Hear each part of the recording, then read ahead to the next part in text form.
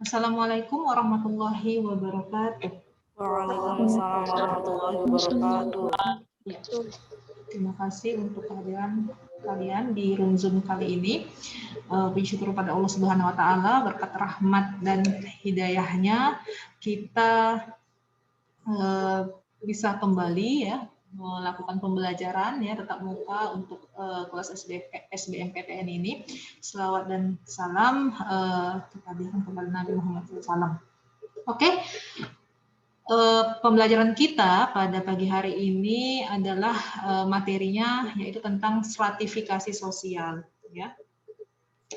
Nah, kalau di minggu lalu kita sudah belajar tentang penganiayaan sosial, nah di sini kita akan belajar tentang materi stratifikasi sosial ya.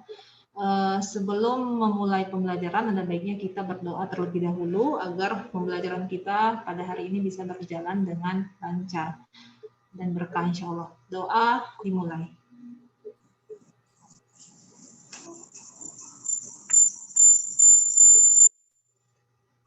Doa selesai. Ya, saya share dulu ya PPT-nya.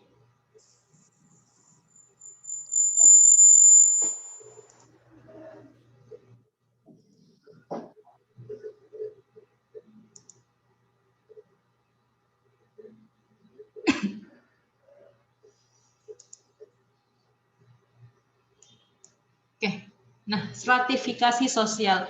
Nah kalau kalian ya melihat kata-kata stratifikasi, apa ya kira-kira pengertiannya? Yang pernah belajar stratifikasi, yang sudah baca materi ini mungkin, yang sebelumnya sudah belajar apa namanya secara otodidak? Pengelompokan dalam masyarakat. Iya, strata ya. Pengkelompokan masyarakat, pelapisan masyarakat ya berdasarkan kelas-kelas sosial. Oke, kita langsung aja ke pengertiannya. Nah, pengertian dari stratifikasi. Stratifikasi ini berasal dari kata stratum, yaitu lapisan ya. Lapisan yang secara sekilas ini ya diartikan bahwa struktur sosial ataupun susunan masyarakat yang dibedakan ke dalam lapisan-lapisan ya kelas sosial ataupun secara lapisan-lapisan yang bertingkat. Nah, bertingkatnya seperti apa? Nanti kita bahas. Nah, stratifikasi sosial dalam masyarakat dikenal dengan istilah kelas-kelas sosial. Ya, kelas-kelas sosial. Nah, menurut Pitirim, ya, berdasarkan pendapat dari Pitirim Sorokin, ini adalah pendapat yang paling paling fenomenal bisa dikatakan ya untuk materi stratifikasi. Biasanya Pitirim ini selalu memberikan pendapat-pendapatnya. Jadi stratifikasi sosial adalah pembedaan penduduk ataupun masyarakat ke dalam kelas-kelas secara bertingkat ataupun secara hierarki dia. Nah, terjadinya stratifikasi sosial ini ya diakibatkan karena apa? Tidak adanya keseimbangan dalam pembagian hak-hak dan kewajiban. Nah, jadi kenapa si Sorokin ini ya ataupun si Pitirim ini membagikan kelas-kelas sosial ya harus ada stratifikasi sosial ya karena tidak adanya keseimbangan antara pembagian hak-hak dan kewajiban ya serta tanggung jawab nilai sosial dan pengaruhnya di anggota masyarakat. Karena apa? Tentu berbeda. Kalau sudah ada pelapisan sosial, tentu tanggung jawab, hak, kewajiban itu akan berbeda-beda pada setiap orang, ya kan?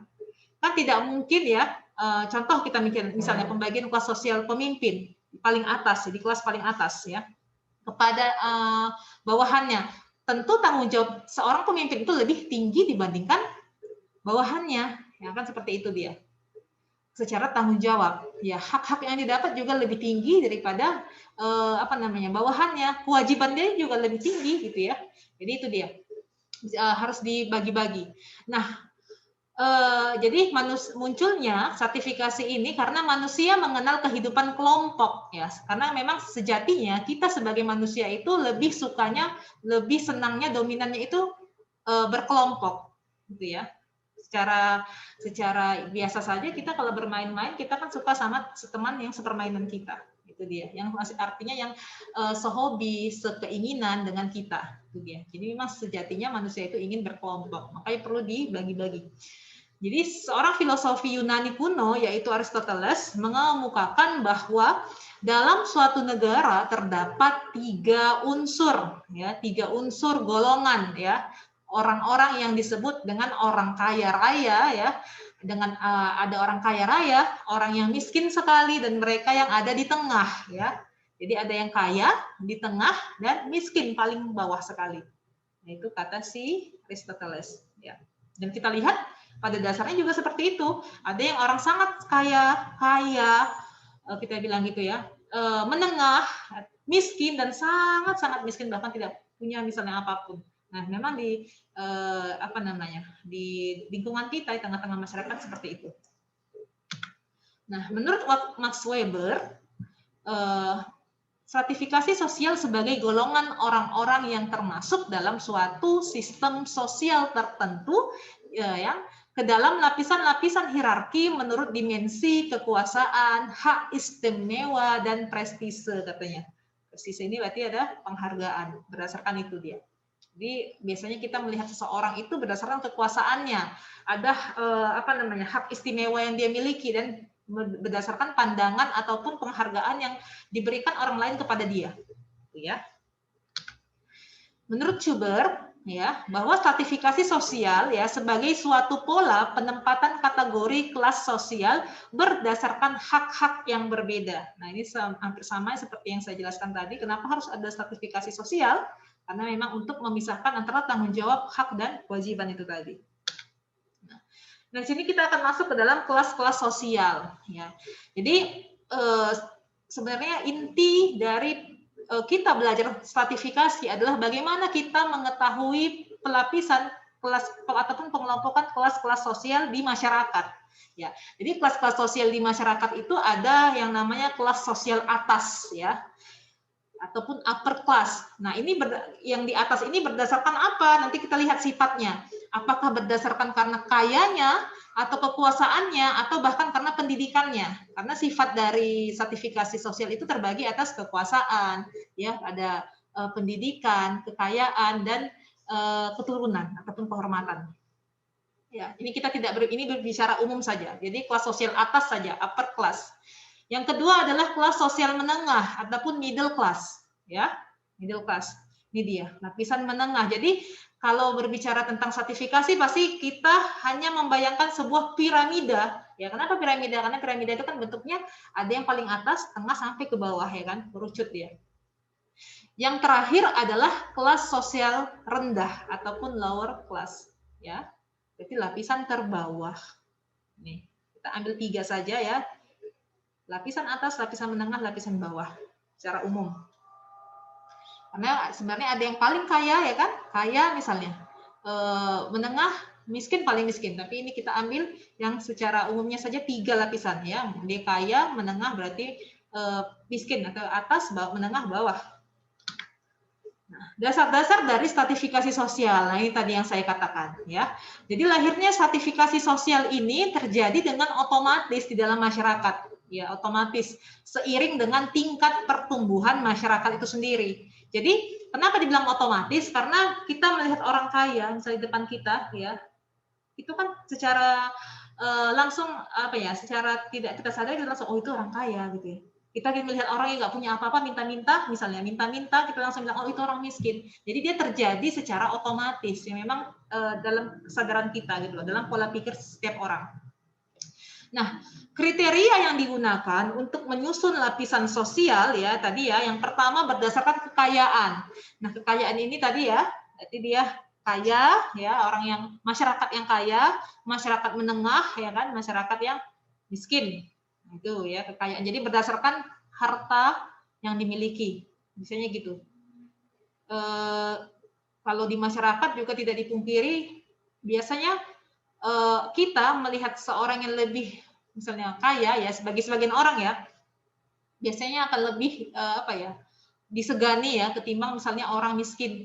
Kita melihat orang yang naik mobil misalnya lebih segan dibandingkan orang yang naik sepeda ya. Ini terlepas dari cara pandang kita masing-masing ya, karena kan cara pandang kita masing-masing itu dipengaruhi oleh agama kita ya. Tapi ini secara umum saja. Nah, yang kedua adalah berdasarkan kekuasaan. Nah, kalau berdasarkan kekuasaan ini berarti dibagi atas ada misalnya pimpinan ya di perusahaan, misalnya direktur ya, bawahannya itu berarti manajer misalnya atau karyawan misalnya, atau presiden, di bawahnya ada menteri. Jadi berdasarkan kekuasaannya, kelas sosial, di bawahnya lagi ada rakyat. Nah, ada stratifikasi itu ataupun penyusunan lapisan sosial itu berdasarkan keturunan, ya.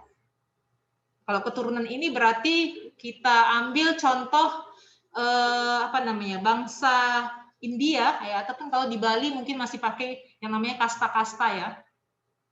Jadi ke kasta Brahmana tertinggi ya kan, di tengah-tengah ada Sudra paling bawah ya kan, ada Kesatria di kedua, di tengah-tengah ada Waisa, di bawah ada, paling bawah adalah Sudra. Itu berdasarkan keturunan misalnya. Jadi gimana pun orang yang lahir dari kasta Brahmana, anak yang dilahirkan akan berkasta Brahmana. Nah, itu bisa dilihat dari situ.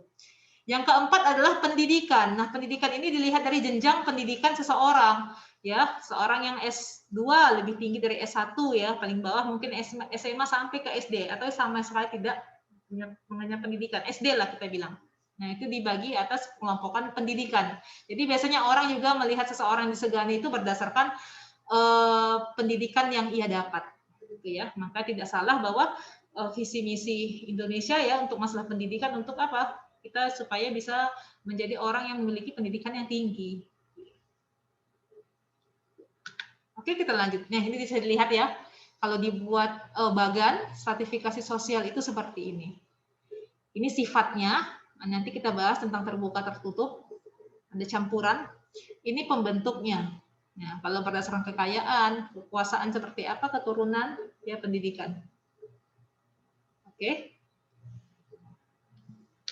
Nah, sifat dari stratifikasi sosial. Nah, ini menurut ya Sujib Sukanto, sifat stratifikasi terbagi atas 3. Yang ini bentuknya, saya tidak buat ini ya. Yang A ini adalah sifat stratifikasi tertutup, ya. Yang seperti yang B ini adalah sifat stratifikasi terbuka, dan yang C ini adalah sifat stratifikasi campuran. Campuran artinya antara stratifikasi tertutup dan terbuka. Ini yang ketiga. Nah, sekarang saya jelaskan apa itu stratifikasi tertutup, terbuka, dan campuran. Ya, jadi stratifikasi tertutup adalah yang berdasarkan dia kepada sistem kasta. Ya. Artinya seperti apa? Kenapa dikatakan tertutup? Artinya tertutup itu seseorang tidak dapat berpindah. Ya, berpindah dari kelas sosial, stratifikasi sosial yang lebih bawah ke lebih tinggi ataupun tinggi ke bawah. Kenapa? Dia sudah berdasarkan kasta yang tertutup. Artinya tidak memungkinkan orang lain untuk berpindah kelas sosial. Ya, contohnya tadi kalau pakai di sebuah daerah atau negara itu memakai sistem kasta. Nah, kasta misalnya Brahmana kan tertinggi, kasta para raja-raja gitu ya. Kalau Satria bangsawan misalnya kan, Waisa pedagang ya, kelas menengah. Kalau Sudra itu masyarakat biasa gitu ya, atau dikatakan masyarakat jelata. Nah, seseorang misalnya saja di kasta Brahmana ataupun Kesatria yang melahirkan anak misalnya ya, sampai kapanpun dia akan tetap berada di kasta Brahmana. Dia tidak akan bisa pindah ke kasta Sudra. Itu maksud dari stratifikasi tertutup. Makanya contohnya itu adalah sistem kasta bagi negara ataupun daerah yang menggunakan sistem kasta. Ya, itu aja inti dari stratifikasi tertutup ini. Yang kedua adalah stratifikasi sosial. Nah, bagaimana dengan stratifikasi sosial? Jadi, stratifikasi sosial adalah stratifikasi yang memungkinkan seseorang itu bisa berpindah kelas sosialnya. Bisa dari bawah ke atas. Ya. Contohnya seperti apa? Ini dia. Orang kaya menjadi miskin ataupun karena apa? Karena dia malas. Orang miskin bisa menjadi kaya karena dengan usaha dan kerja kerasnya. Ini terbuka. Atau contoh misalnya seorang anak petani yang ketika dia giat belajar, mempunyai pendidikan yang tinggi, ya dia bisa bekerja dengan baik dan akhirnya kelas sosialnya naik, ya jadi orang yang lebih baik kehidupannya, ya. Atau kita tahu dulu Pak Soeharto dari orang bawah ya, sama kayak Pak Jokowi, dari petani Pak Soeharto, dari anak petani yang dia bisa giat ya, bisa belajar ya, sampai dia bisa menjadi seorang presiden. Nah itu dia, artinya stratifikasinya sosial terbuka, membuka kemungkinan untuk berpindah kelas sosial. Paham kira-kira sampai sini? Paham? Paham, Mimi. Oke ya, kita lanjut satu lagi, yang tipe yang C. Yang C adalah stratifikasi sosial campuran. Nah, kalau dikatakan stratifikasi sosial campuran adalah stratifikasi di mana perpaduan ataupun gabungan dari stratifikasi terbuka dan tertutup. Nah, contohnya seperti apa? Ini dia. Orang dari kasta Brahmana, keturunan Brahmana, ataupun bangsawan pindah ke tempat kota besar yang di sana ia harus beradaptasi ataupun menyesuaikan diri. Bila di tempat asalnya ia sangat dihormati, maka di tempat barunya ia menjadi orang biasa saja. Atau contohnya seperti ini. Di Bali ya, di Bali yang masih bagi masyarakat yang masih menganut sistem kasta ya, contoh sistem kasta kesatria gitu ya, bangsawan. Dia pindah ke Medan misalnya. Nah, di Medan kan kita tidak mengenal sistem kasta ya, karena kita biasa saja memandang masyarakat itu biasa ya, kalaupun ada kelas-kelas sosial berdasarkan kekayaan mungkin ya, berdasarkan pendidikannya gitu ya, dan yang lain hal sebagainya. Tapi kasta kita tidak mengenal kasta. Nah, ketika dia pindah ke Medan, dia tidak bisa membawakan dirinya itu seperti di Bali. Kalau dia itu dihargai misalnya di sana, dia tidak bisa di sini, ya di Medan. Dia bisa berpindah ya menjadi kelas, istilahnya menjadi orang-orang yang biasa, seperti itu dia. Nah, jadi dia itu contohnya ya, yang dari Bali pindah ke kota yang memang yang tidak mengenal kasta. Tuh. Oke ya. Nah, fungsi dari stratifikasi sosial. Jadi untuk apa stratifikasi ini dibuat ya? Jadi yang pertama adalah untuk menentukan ya lambang-lambang ataupun simbol-simbol ya status seperti tingkah laku dan cara berpakaian. Dia dilihat dari tingkah laku dan cara berpakaian. Contoh saja misalnya orang yang berpendidikan pasti bisa lebih menjaga pakaiannya. Artinya bukan apa ya, bukan harus tertutup atau, tapi setidaknya dia akan bisa menjaga dirinya untuk berlaku sopan di hadapan orang lain. Jadi itu fungsinya, perlu ada sertifikasi sosial. Yang kedua adalah sebagai kriteria pelapisan, artinya pengelompokan memang di masyarakat secara umum.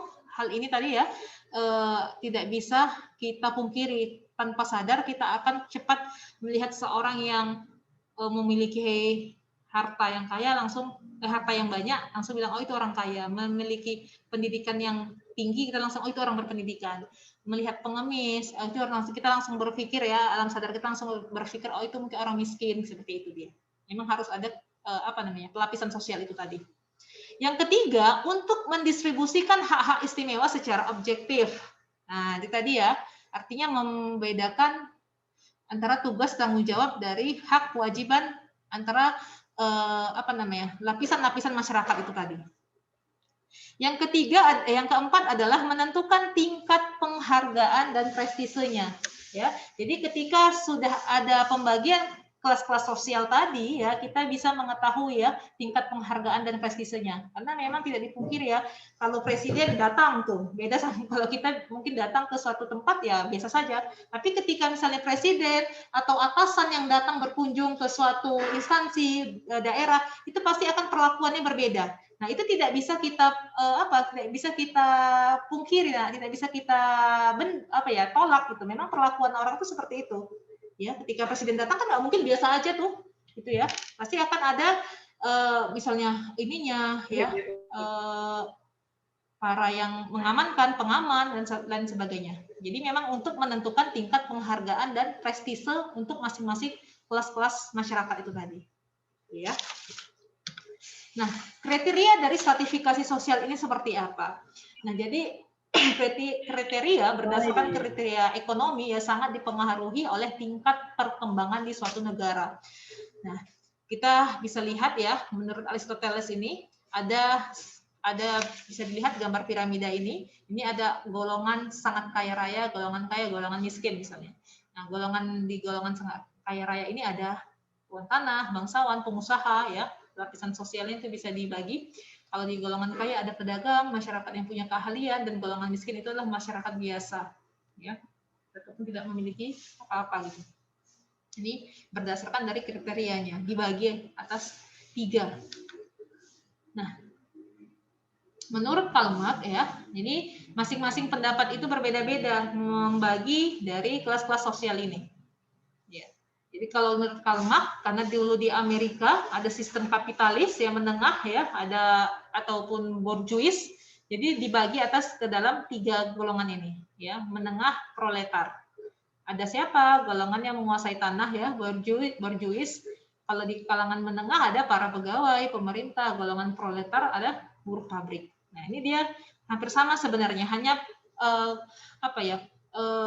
intinya sama, ada kelas atas, bawah, menengah tadi ya, middle, upper, dan low, tetapi mereka membaginya berdasarkan kondisi di masing-masing daerah ya pada saat itu. Itu dia. Nah, kalau untuk masyarakat Eropa ya dikenal ada 4 kelas sosial, ada kelas puncak, kelas menengah, sama kelas pekerja, kelas bawah. Ya, ada juga untuk sertifikasi sosial berdasarkan status politik itu dibagi atas tipe kasta. Ya. Jadi tipe kasta itu tadi ya, ksatria, waisya, sudra. Tuh. Ada berdasarkan tipe oligarkis. Oligarkis itu seperti apa? Tipe yang mempunyai garis pemisah ya, yang tegas, tetapi dasar pembedaan kelas-kelas sosialnya itu ditentukan oleh kebudayaan masyarakat itu sendiri. Ya.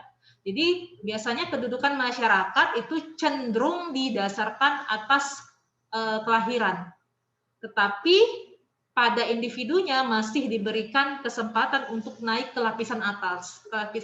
Itu tadi. Yang misalnya dia di kelas sosial di bawah, misalnya anak petani, dia bisa berpindah ke kelas sosial di atas kalau dia mau berusaha, belajar sungguh-sungguh, memiliki pendidikan tinggi, akhirnya dia bekerja di tempat yang enak dan status sosialnya naik menjadi orang yang kaya misalnya. Itu dia. Tipe oligarkis ya. Kalau tipe artinya gini, nah sama intinya semua, tapi penempatan kata-kata yang berbeda tergantung oleh sesuai kondisi masing-masing ya, makanya dibagi-bagi oleh pendapat ini gitu ya. Yang ketiga adalah tipe demokratis. Nah, tipe demokratis ini adalah tipe yang mempunyai garis-garis pemisah di antara lapisan yang bersifat bergerak ya. Contoh misalnya pemimpin ya, pejabat administrasi, setingkat administrasi. Di bawahnya itu ada mungkin staf-staf ataupun pekerja. Oke, sampai sini ada yang mau ditanyakan untuk sertifikasi sosial? Saya rasa materi stratifikasi sosial ini sangat mudah dipahami sebenarnya. Intinya adalah pembagian kelompok-kelompok ya berdasarkan kelas sosialnya masing-masing. Berdasarkan kelas sosialnya seperti apa? Dibagi ya, kelas sosial atas ya, menengah dan bawah. Itu dia. Yang perlu kalian ingat adalah untuk kepada sifat-sifatnya tadi, berdasarkan kekayaan, kekuasaan, keturunan, dan pendidikan. Itu ya. Sampai sini ada yang ditanyakan? Ada? Kalau tidak ada, kita masuk ke contoh sosial. Contoh soal. Langsung saja ya, ada 4 soal sini yang saya sajikan. Jadi saya buat ininya, langsung jawabannya supaya kalian ini aja untuk pengetahuan saja. Ya, contohnya adalah pengaruh industrialisasi mengakibatkan terbentuknya stratifikasi masyarakat yang disebut kelas sosial, yaitu penggolongan masyarakat berdasarkan kriteria. Ya, yang jawabannya sini ada E ya, ekonomi. Di sini saya tidak sajikan jawaban, saya mau tanyakan kepada kalian karena tadi sudah dengar materinya. Rohimah sangat memperhatikan pendidikan anaknya. Demikian pula si Togu, suaminya, dan kenyataannya adalah bahwa anak-anaknya menjadi orang yang penting dalam masyarakat, jauh lebih penting daripada kedua orang tuanya. Hal ini berkaitan erat dengan mobilitas. Apa jawabannya, Nak? Kalau ada soal seperti ini jawabannya antar generasi ya. Karena apa? Orang tuanya di bawah kelas sosial itu di bawah dia, ya. Ini dia memungkinkan untuk bisa naik ya, antar generasi naik generasi tingkat kelas sosial karena apa? Makanya karena orang tuanya tadi memperhatikan pendidikan anaknya. Ingat, pendidikan salah satu dari sifat dari pembagian dari kelas-kelas sosial ya. Jadi pendidikan yang tinggi bisa memungkinkan seseorang itu untuk berpindah kelas sosial. Ya, jadi jawabannya A, antar generasi. Jawaban 19. Nomor 19 ini saya ambil dari soal-soal yang saya dapati. Ya, di sini ada yang termasuk perbedaan gerak sosial dengan gerakan sosial, ya. Gerak sosial berbeda dengan gerakan sosial, ya. Jawaban yang benar ada di opsi C, 2 dan 3. Kenapa? Bisa kita lihat ya, guru sosiologi diangkat menjadi kepala sekolah. Jadi dia berpindah kelas sosial, ya. Nah, kalau yang ini wali kota memasuki masa pensiun. Nah, dia juga berpindah yang tadinya dia menjabat menjadi kelas bawah karena sudah pensiun. Nah, itu dia. Ini jawabannya C, 2 dan 3. Ini ya. Yang terakhir, berikut ini merupakan contoh dari stratifikasi sosial campuran. Ya. Apa kira-kira ini? Ini lebih mudah ini jawabannya. Apa nak kira-kira? A, B, C, D, E. Contoh stratifikasi campuran yang kita pelajari tadi. Ada yang mau jawab? Enggak apa-apa salah. D, Umi. D. Oke, benar. D. Jawabannya D. Ririn dari kelas sosial yang tinggi sekolah, dia pintar, cerdas, tetapi Ririn berasal dari keluarga miskin. Ya, yang memungkinkan dia berpindah kelas atau pencampuran terbuka dan tertutup adalah karena dia sekolah yang tinggi. Ini bisa berpindah menjadi kelas sertifikasi terbuka ya. Tapi ini tadi ya, walaupun dia dari keluarga yang miskin, artinya bisa berpindah. Oke, saya rasa sudah paham ya. Jadi kalau dijumpai soal-soal seperti ini, kalian mudah-mudahan sudah bisa ingat. Oke, terima kasih untuk pertemuan kita hari ini. Mudah-mudahan apa yang saya sampaikan bisa bermanfaat, tapi saya ingatkan kepada kalian untuk walaupun tidak hanya mendapatkan materi dari saya, karena ini adalah materi istilahnya dari saya itu seadanya. Kalian bisa gali materi informasi lain dari sumber-sumber lain ya, karena ya. Oke, terima kasih. Saya akhiri dengan alhamdulillahirrahmanirrahim. Assalamualaikum warahmatullahi wabarakatuh. Waalaikumsalam warahmatullahi wabarakatuh. Thank you, Mi. Sama-sama.